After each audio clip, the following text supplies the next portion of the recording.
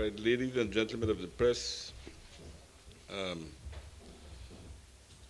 I called this afternoon to talk about a few things since we last met.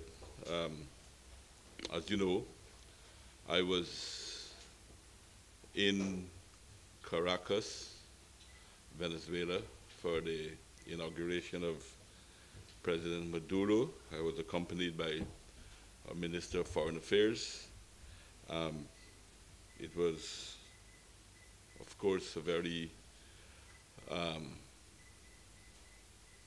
important inauguration for us because, Guyana has over the years, we have developed a very good relationship with all our neighbors, including Venezuela, and we have very strong economic links and so forth with Venezuela.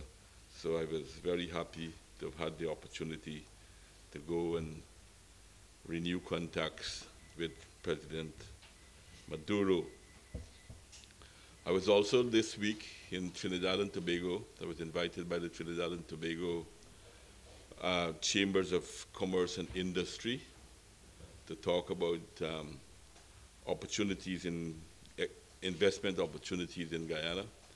That shows that there is a very, very high interest in the Caribbean and beyond about the possibilities of investment in our country. And we have there's a lot of interest now in Guyana. And the momentum that we have continues to grow. And that is why recent cuts in the budget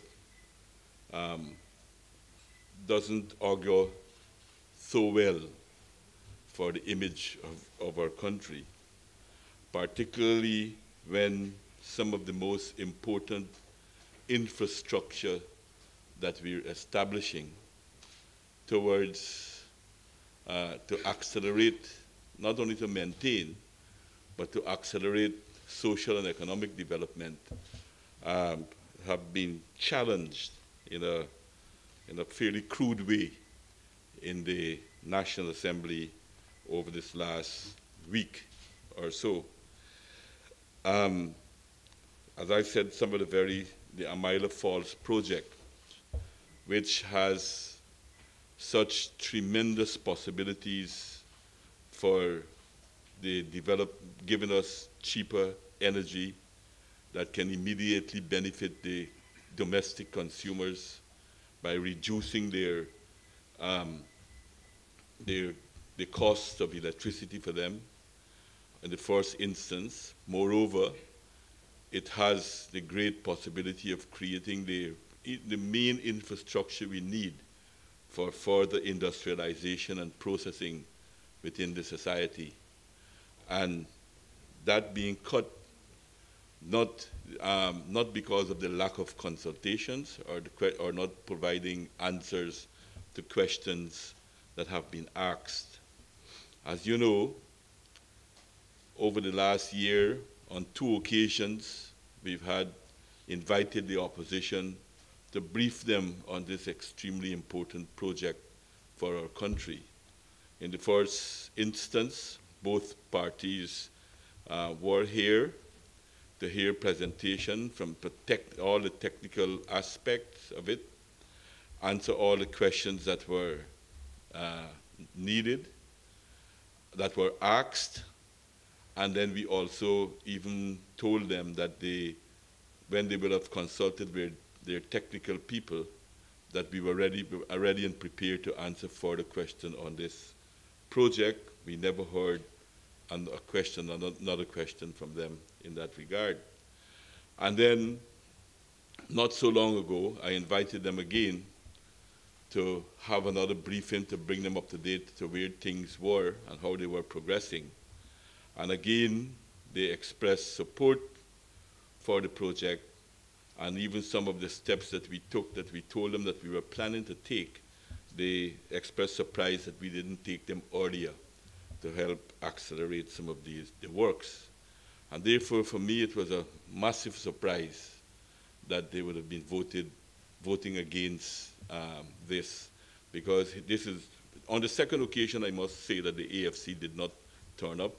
They felt offended, they said, because of some remarks that were made at Babujan. But as I said, that there seems to be absolutely no justification to cut such an important project that can really put our country on the forward march. The other sad thing about it is that this project came before the Parliament last year, because it's not a one-year project, it will be a multi-year project. It came before the Parliament last year, and they gave approval to this project last year, and now they're taking the position of cutting the budget on that. The same can be said about the hospital. The specialty hospital that we're building is very important to lift the quality and the standard of services, medical services, to our country. Those of you who have relatives or travel abroad, I don't know if you've had the same experience as I've had, speaking to many people, and some of them saying that they would like to come back to Guyana, but the medical services, particularly people who are retired or retiring. And we have been putting this in place because I think it's a good project, not only that it helps to make very complicated and important medical procedures more affordable to the Guyanese people at large, but it can also serve as a major revenue stream for our country as we move into having health tourism in our society. You know, we have a large diaspora.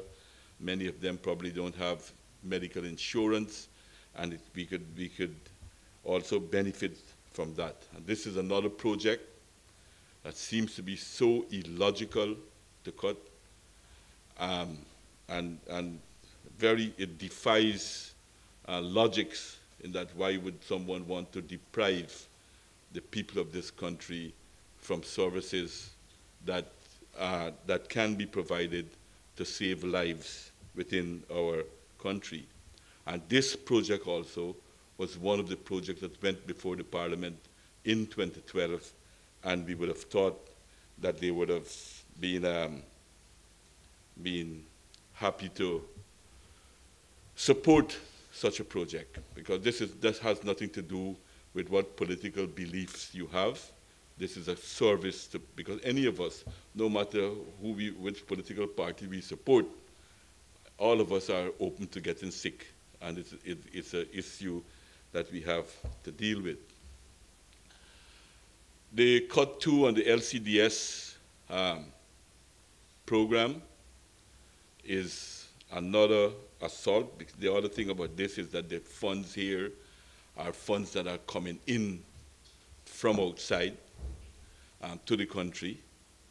And this will have a great impact in fighting against climate change and improving the quality of life for our people in the interior.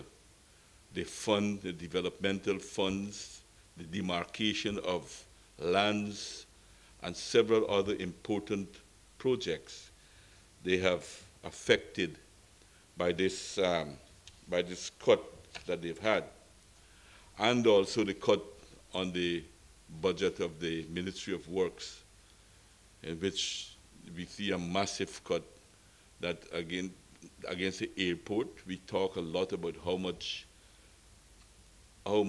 tourism potential we have, and here is an important project to realize that potential. Here is an important project that also could be extremely beneficial to us as another revenue stream, because we see that we have the possibility of turning our country into a major hub between the northern and southern hemisphere of the world. And we think that where we are located geographically, we could take advantage of that to add to our revenue streams and modernize our services to the people of this country, and offer important services for people to visit, to see the great um, product that we have, the great tourist product that we have here in our country. But even not only this big and massive investment has been cut, but also the interior airstrips have been cut.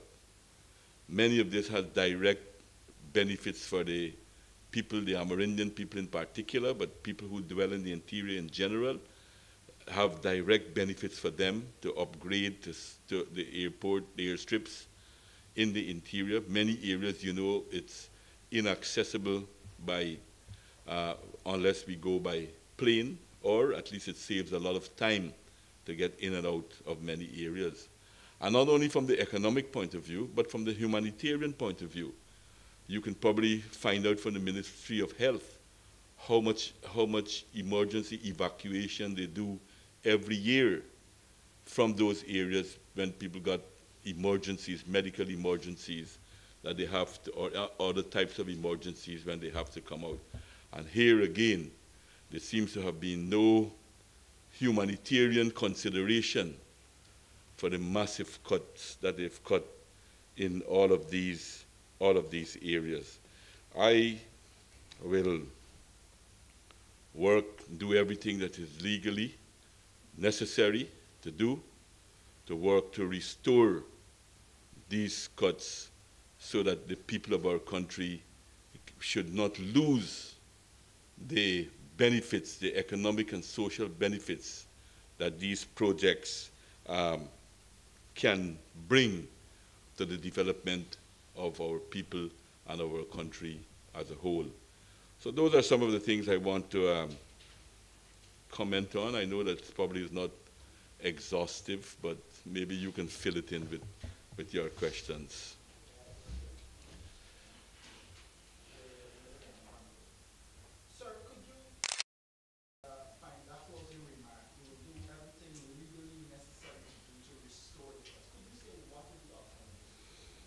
Well, I hope that, I am not hope, but I see, as one of our members of parliament said in the National Assembly during the debate, that the only people who seems to be opposed to the budget were the 33 opposition members. Because after the budget, I convened a big stakeholders meeting right in my office here, where we had um, a very representative cross-section of people from right across the country came, and we had very, very strong support of the budget. And since then, I've been reading in the press many important stakeholders have been expressing their total dissatisfaction of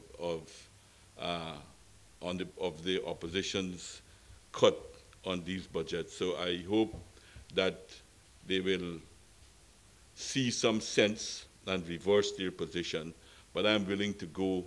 I know they have been critical last year when we went to the courts, but I'm ready to even go right up to that level to try to restore the cuts on our budget, of our budget.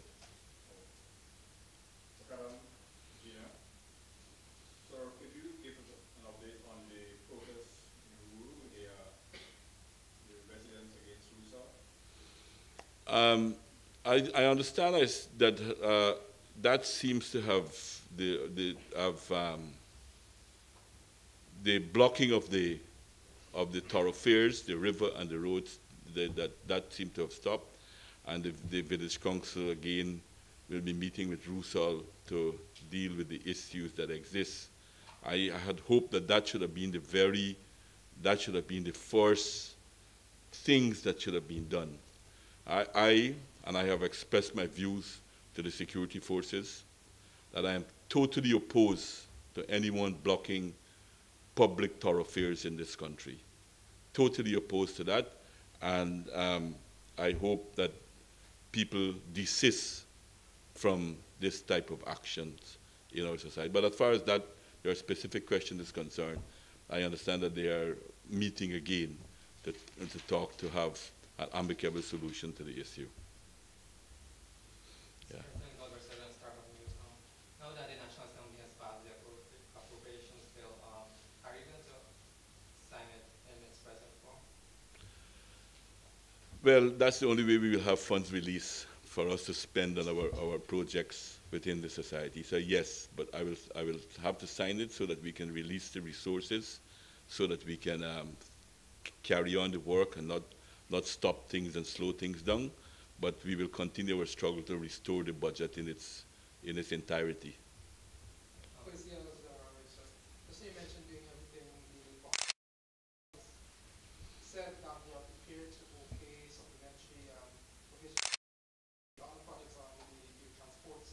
Mhm.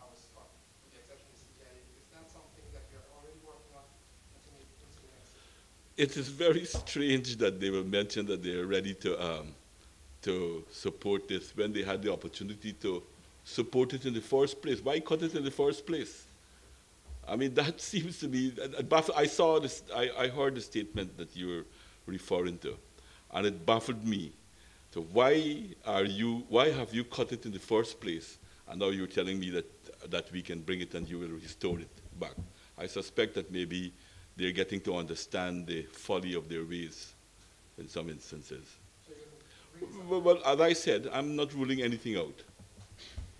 Mr. President, Paul Moore, NCN News. You mentioned, you mentioned that you had several meetings with the opposition. You had, I think, a recent meeting during the budget and what exactly the opposition is seeking. Well, they gave me, I don't know if those were made public, if it was in the press already. I think the 11 points that they gave us, they were in the public. They had nothing to do with the budget. In fact, at the beginning of the meetings we had, I asked them what is the nexus with this and the budget, and they said that there was none. That these are things that they wanted to discuss, many of the things that they wanted to discuss. A lot of the things that they had were also issues that they raised the year before. And nothing much had changed really for us to change our position on some of these issues. For instance, let's take the Borbies Bridge, where they were saying that we should bring down the toll on it. Again, we pointed out that it's a private company that owned the bridge. Secondly, we reiterated again, went over again, how we came to the toll that was paid, that it was paid based on a vehicle crossing the ferry with let's say, a car with 5 passengers, and that is the same amount of money that was placed to pay the toll to cross the bridge, except that you'll probably cross the bridge in less than 5 minutes, and sometimes you take hours to cross the ferry. 3, to deal with those people who have been, like children who cross the river to go to school at New Amsterdam, we put back the ferry at at a big cost to the government, because we have to subsidize that crossing for children going to school and for workers going to work who want to go individually without necessarily going on a bus or public transport or a car to go over, that they could use the ferry to cross over. So at least one of the issues they raised last year, we satisfied that, to provide alternative transportation for those who feel that they couldn't afford to pay the fare to cross the bridge, that they could have gone over with the ferry in that regard. So that was one instance. Many of the other issues that they raised, as I told you, some of them it was impossible to deal with them in a very short period of time. But we are still ready to talk with the opposition on these issues. Many of these issues that they've raised, we're still ready to work on them. But they are the ones who broke off the talk. They said that it wasn't linked with the budget, but then the day after, they seems to have linked it with the budget and ended the discussion at that point in time. Following up on the talks, Mr. President, Ramotar news update. There is now a proposal for the parliamentary opposition party, the government, to start meeting earlier on the budget, Mhm. which I think is suggested July. Mhm. Can you say how different this process will be from what obtained this year and last year? And how confident are you this will actually prevent the recurrence of this situation? next year's budget? I don't know if it will prevent. I have no, I can't say a guarantee if it will prevent because I told you the extent that we went talking about their mile and they still cut their mile fall. So they're not giving me a great amount of uh, reason to be very confident about some of these things. Nevertheless, in the course of the conversation, because they're the ones also, the consultation on the budget, you remember that they're the ones also who didn't turn up, that over and over, I think the paper trail is there, where all the documents they asked for were, were given to them. Um, and then at one time, Mr. Greenwich could not be found. And, and they didn't designate anyone else to come to have those consultations to go on. However, they did raise with me, the leader of the opposition at the meeting raised about having these consultations earlier. And I agreed with him that we should, I have no problem in um, asking the Minister of Finance to have these consultations at an earlier period with all the stakeholders, the political parties and the interest groups within the country to have them earlier. So yes, I am ready I think it's always good for us to discuss and talk on these matters, and the longer you have the time to discuss and consult, the greater the possibilities of reaching common positions. Good afternoon, sir. I'm Jerry Devner, Startup News. You just said, Who am I? I'm not seeing who I'm here. Oh, sorry. Yeah. yes, that's fine. You just said that 11.0% by the opposition and it has nothing to do with the budget. However, the AFC has said that they were requesting freezing of the contractual employees by contracts. That was initially in last year's budget. Yeah. It came up again this year. And Yeah. they said that even though it was allowed to pass, they were still not satisfied with the answers that were given. And they also said that one of the reasons that they did not freeze it was because a lot of the normal employees were tied to some of the persons who they have contentions with. Now, what steps are being taken, if any, to address this particular concern as to hiring employees on contract? I I know that in every society that you always try to fight to give people more choices. I think they had been working on a misconception, which I probably believe that they have been educated about last year, because I think they were laboring under the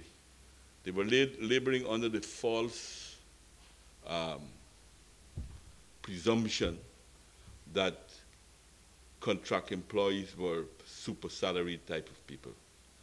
But what the government has been doing over they're giving people a choice that when they come into work with the government, they can either go in the public service establishment or they can opt for a contract. Many of the drivers, many other workers at other levels are contract workers and so forth. So I find it strange that a political party will want to reduce choices. I think what the government has done was give people more choices in that regard. It's not that the contract employees were getting more money than those in the public service or anything like that. They're all comparable. They have their comparability. But I think last year they more or less appreciated that. Because remember last year they were talking about fat cats and so forth. I didn't hear those terms this year. So I suspect that they probably are more educated now on that subject. Gordon, mostly news source. Mr. President, the Speaker of the National Assembly has indicated that he intends to write to you about a number of bills that were opposition bills passed by the Parliament that you have not signed on to just yet. What is holding you back from signing on to those bills? What do you intend to tell the Speaker when he writes you? I haven't seen the bills, which is You it. have not seen any of them? I haven't seen any of the bills. When they appear, you intend to sign them? I have to examine them and then make up my mind what I'll do with them. But I haven't. The question doesn't arise because I haven't seen those bills. They're not on my desk. You had previously indicated, sir, that you do not intend to sign bills that were passed by the National Assembly without the input of your government. So let me just repeat what I just said. I haven't seen the bills that you're A talking, change of heart. I haven't seen any of the bills that you're talking about. With regard to the National Communications Network, sir, and the Government Information Agency, they're once again facing some budget cuts. Since the last time, at least with regards to pension, since last year's budget cut, NCN has increased employment there. They've been buying fancy vehicles and fancy equipment with the budget cuts. And the finance minister said they made $557 million on their own. Could you really fight against those cuts when you're seeing a company like NCN making all this money? Is it an issue of management? And do you intend as the Minister of Information to address that shortcoming? All right. Let me, first of all, let me make this point that I find it worrying that I haven't heard any comments from the Press Association people on the cuts of NCN. Because if you're talking about freedom of expression, I would have thought that that goes across the board, that government also will have to have a right to make its opinion heard. And while on the one hand you're saying that making some level of accusation, on the other hand it seems to be a strong attempt to try to stifle the voice of the government from getting their views out by cutting GINA and by cutting the NCN. So I think if we're principled and we stand on the same ground, I was listening very carefully to hear when will I hear the voice of the Press Association fighting to defend government's right to get its views out as well. That's the first instance. The second instance, I don't manage NCN every day. I don't know about what you're talking about the employment of people. I do know, I heard the rumor, there are so many rumors flying around in our country about big cars being bought. I understand that that is not true. I understand that that was a vehicle that was used by the previous CEO. It came in long after he was sent home. I don't know when it came in, but it was, I understand this is my information. I'm telling you what is my information. You seem to be taking a very strong interest there. But my information is that, that it was a vehicle that was used previously by the previous CEO that is now being used by someone else there, who acted. Isn't it worrying that we have the CEO of the National Communications Network, any CEO, regardless of when this vehicle was bought, driving around in a $15 or $20 million vehicle? Isn't that worrying to your government, a vehicle that's being paid for by taxpayers? Well, you just declared here that the Minister of Finance mentioned that the NCN by itself made how much million dollars? $557 million. So if an entity is making that kind of money, I don't know what kind of vehicle they bought. I know a lot of government agencies don't pay duty in some of these vehicles, so it might be that's a taxi. Well, I don't even have that among that type of vehicle. Probably you're right. Maybe they shouldn't be driving around that type of vehicle, but as I said, nothing was bought for the acting CEO, as you obviously. Well, as I said, it was a vehicle that was for the previous CEO that is being used right now. What's going on with him, Mr. President? He's off the job. You know, we accepted his resignation. There were some issues with that case. Well, the whole report will be released very soon, so you will be more armed the next time to ask me some of those issues, those questions. President, I think. Yeah. It relates to the areas, as you know, there was a move to the court to quash those radio licenses that were issued. I'm wondering what is your take on that move? The matter has not yet been, the court has not yet ruled on these matters. So maybe I should stay away from the court business when they have not yet pronounced on anything. Yeah. Sir, if you come back to the 11-point agenda that the opposition has put forward, you mentioned difficulties in getting to really address some of these. The private sector is coming on board now calling for government to get these things done. Two in particular would be the Public Procurement Commission and the Office of the Ombudsman. Could you say specifically what are the difficulties holding that those? Well, I intend again to very soon to the opposition about some of these issues. Some of these issues, these bodies that has to be set up, um, got to have some parliamentary inputs, not so much with me. Some of the issues have to do with our office here. And in those where the buck stops here at me, I intend to try to work to resolve those issues as early as possible.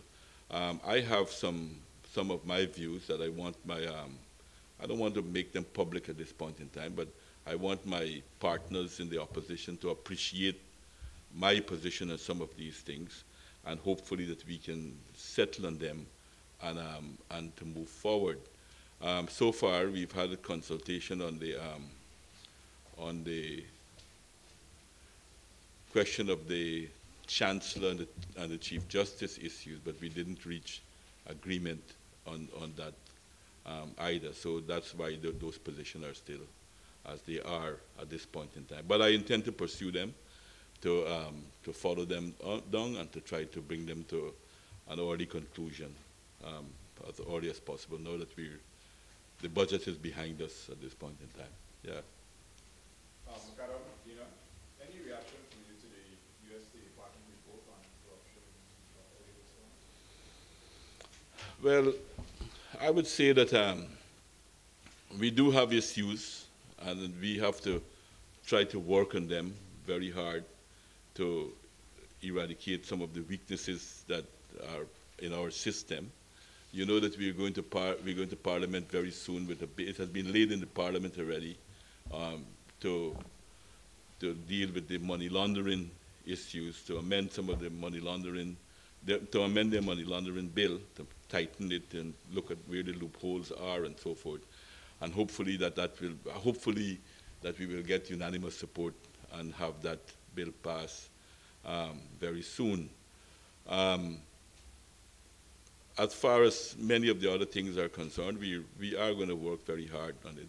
My only comment that I would like to make on that, I would dearly like to work with all the stakeholders to try to improve these things. But I don't feel that we should be lectured upon. I don't think that we have anybody got the moral right to lecture upon us, because at the same time when the State Department report came out, in the news there is a whole question about in Guantanamo Bay in Cuba, where you have prisoners are on hunger strike because of the treatment that they're getting. And we've read so many times about taking people to different countries to waterboarding and all of that. That don't happen in Guyana.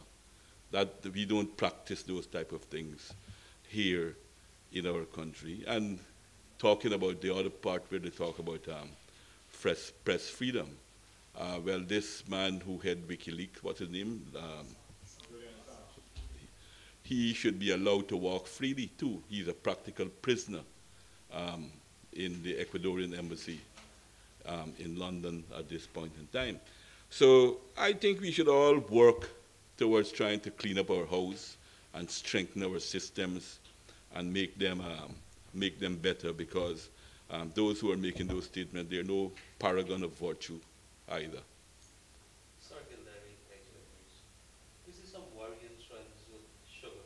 I'm being told today that Mexico is in a cash-strapped situation. There was a protest at the Wales. Then we also see rice. I think it's gone up $500 a bag. Then there's also the issue of gold. Could you tell us if this is being addressed at the cabinet level, and what are some of the measures from short and the long term? Yeah, you're right. They're worrying things. With the exception of sugar, other things are really, a lot of these things are not directly in our control, but we're dealing with them. One, I think on the question of sugar, a large part of the problem in sugar has to do with the reorganization that has to take place in the sugar industry. It is very, very clear that we have to reorganize sugar. We have to make it, we have to depend much, much more on mechanization at this point in time. And some of that has caused some disruption, which is worrying about the level of production. I'm told that the next crop should be a better one, so, but I have been told that before. So it's worrying, as you're actually saying, and we have to probably put a lot of attention to improve things at that level. But as I mentioned to you, some of these are problems due to the reorganization that is taking place. As far as the rice is concerned, it really has to do fundamentally with the market in Venezuela, and I hope that that will be resolved soon. We're working very, very hard on that at this point in time, and I hope that very early next month, probably that we will be able to conclude an agreement with Venezuela so that the rice situation could be resolved and we can move things. But we are working all the time, and day and night, to try to get this issue resolved. The Minister of Foreign Affairs only yesterday had a meeting with the Venezuelan Minister of Foreign Affairs. You know, they are also in Venezuela because of the new government that is there.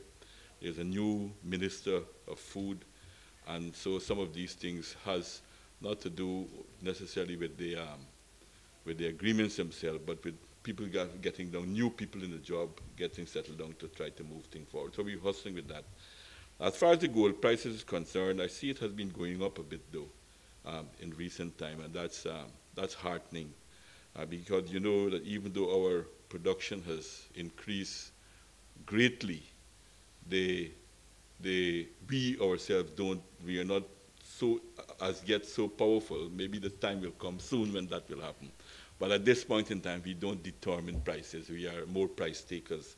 So what we have to do is look at ways and means where we can be more efficient in the way we do things, and look at how we cut costs in order to try to manage this type of situation. Just a quick spin off on that.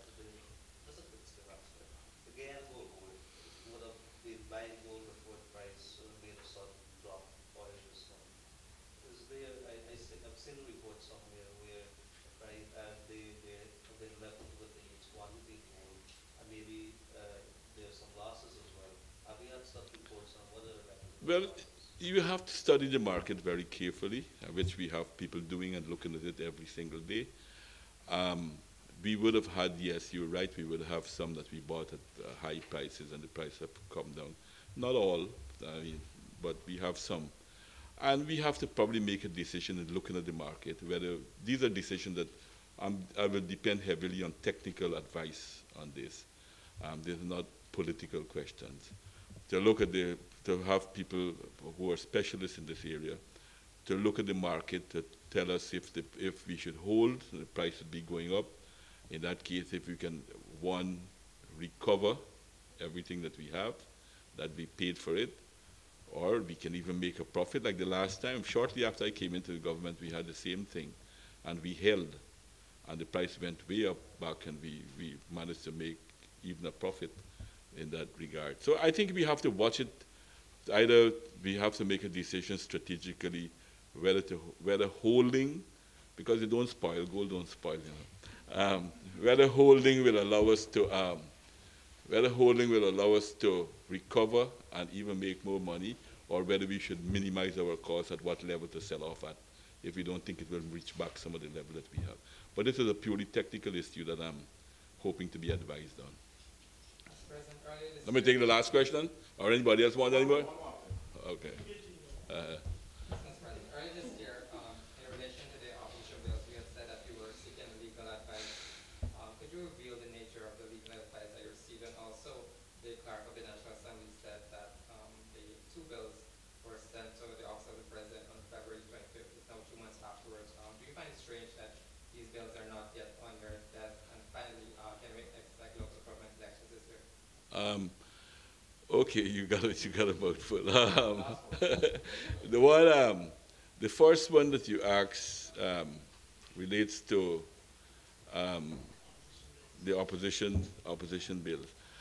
Well, I don't know if you know how long it takes government bills to reach my desk as well. It takes time because I think what they do, they go it through with a fine-tooth comb and so forth. So I don't know if it is extra long. Maybe you could ask the Attorney General's office or the Office of our Governance issue. But what I can tell you with full knowledge of, it has not reached my desk. I haven't seen it. The second question with, Is there nature of the legal advice on these bills that you received earlier this year? I can't remember what you were talking about there. At the press conference earlier this year, you said you were seeking legal advice on the opposition, on bills filed by the opposition, whether you would assent to them or not. I wanted to know whether you, if you could reveal the nature of None the of them have come to me yet, so I didn't have the need to seek the legal advice. The other issue as it relates to the local government election, a lot of that will depend on how fast the work in Parliament could be finished with the other bills that are there. That has to do, you know that the bills have been sent to the select committee in the National Assembly that is being chaired by one of the opposition members. So I think a lot of that will depend on how fast that work will be completed there and whether they give the Elections Commission time to set up, to have an election this year. wrap it up by July? Well, then we will have to find out from the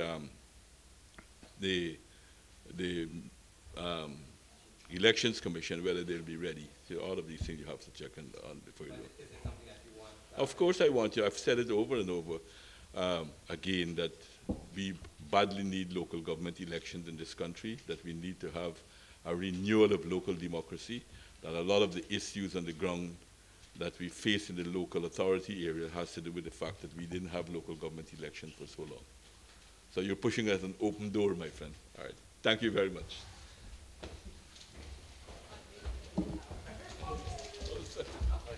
I know.